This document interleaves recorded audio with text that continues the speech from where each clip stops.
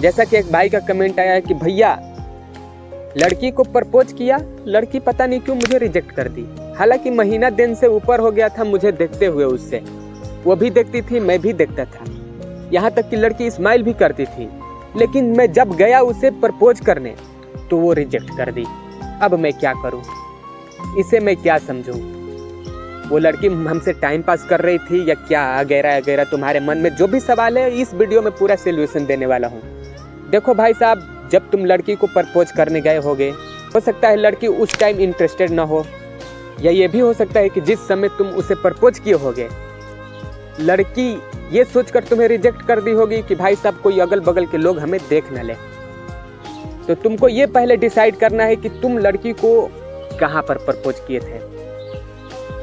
ठीक है, अकेला में किए थे या लोगों के बीच में किए थे, तुम्हारे ऊपर डिपेंड करता है। कि ऐसा बहुत हो रहा है कांड, क्योंकि भाई साहब बहुत सारे ऐसे लोग हैं जो लड़की बहुत महीनों महीनों दिन तक देखती है।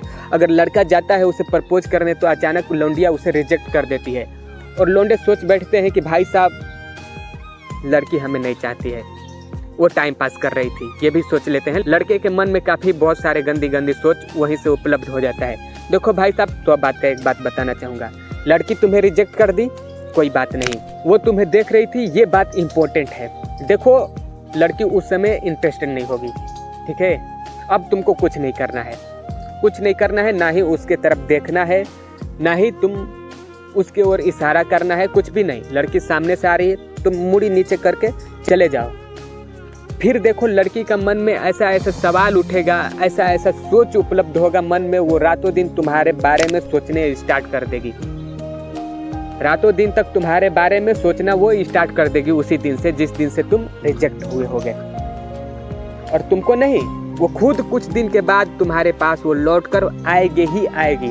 इसमें समय भी लग सकता है, 10 दिन 15 दिन 1 महीना। तो ये लेकर नहीं चलना है कि भाई साहब हमें लड़की रिजेक्ट कर दी तो भाई साहब हमेशा हमेशा के लिए रिजेक्ट कर दी। नहीं, लड़की पहली बार में हो सकता है डर भी जाती है, हाँ, लेकिन मैं तुमको ये सजेशन दूंगा कि भाई दोबारा उसे प्रपोज करने के लिए मत जाओ। अगर खेल खेलना होगा तो भाई साहब लड़की ही खेलेगी, लड़की ही किसी अपने ऐसी सहेली को भेजेगी तुम्हारे पास, या उसी दिन से तुम्हारे और उसका बीच में रिश्ता और मजबूत हो जाएगा। लड़की जहाँ पर भी देखेगी अब स्माइल करेगी, मुड़ मुड़ कर देखेगी, बहुत कुछ ऐसा ऐसा सवाल मन में पैदा होगा। तो तुमको भी उसकी सहेली से ही बात करना है कि एक बार तुम रिजेक्ट हो गए तो दूसरी बार अगर ये मिल रहा है सजेशन तो तुरंत जाओ उसकी सहेली से बात करो कि देखो ऐसा ऐसी बात है, ठीक है। क्योंकि यहाँ पर लड़कियों की सहेली में ये सब चलता है भाई साहब। ये नहीं लड़की सोचती है कि ये जान गई वो जान गई, नहीं, उसकी सहेली के बीच में ये कांड सब चलता है। वो अपने बॉयफ्रेंड के बारे में अपनी सहेलियों से साझा करती है। तो ये लेकर बिल्कुल नहीं चलना है कि उसकी सहेली से बताऊंगा तो वो लड़की सोचेगी कि हमारे रिलेशनशिप को ये हल्ला कर रहा है। नहीं, उसकी खास सहेली से ही जाकर बात कर लेना है, ताकि वहाँ पर तुम नहीं रिजेक्ट हो गए। अगर फिर भी तुम रिजेक्ट हो गए तो भाई साहब ये समझ जाना कि लड़की माधर चोद है, जो सबसे 9 से 9 कनेक्ट करके अपने और बंदों को अट्रैक्ट कर रही है, ठीक है। क्योंकि हम हर वीडियो में बताता हूँ भाई साहब, लड़की किसी को बेवजह नहीं देखती है।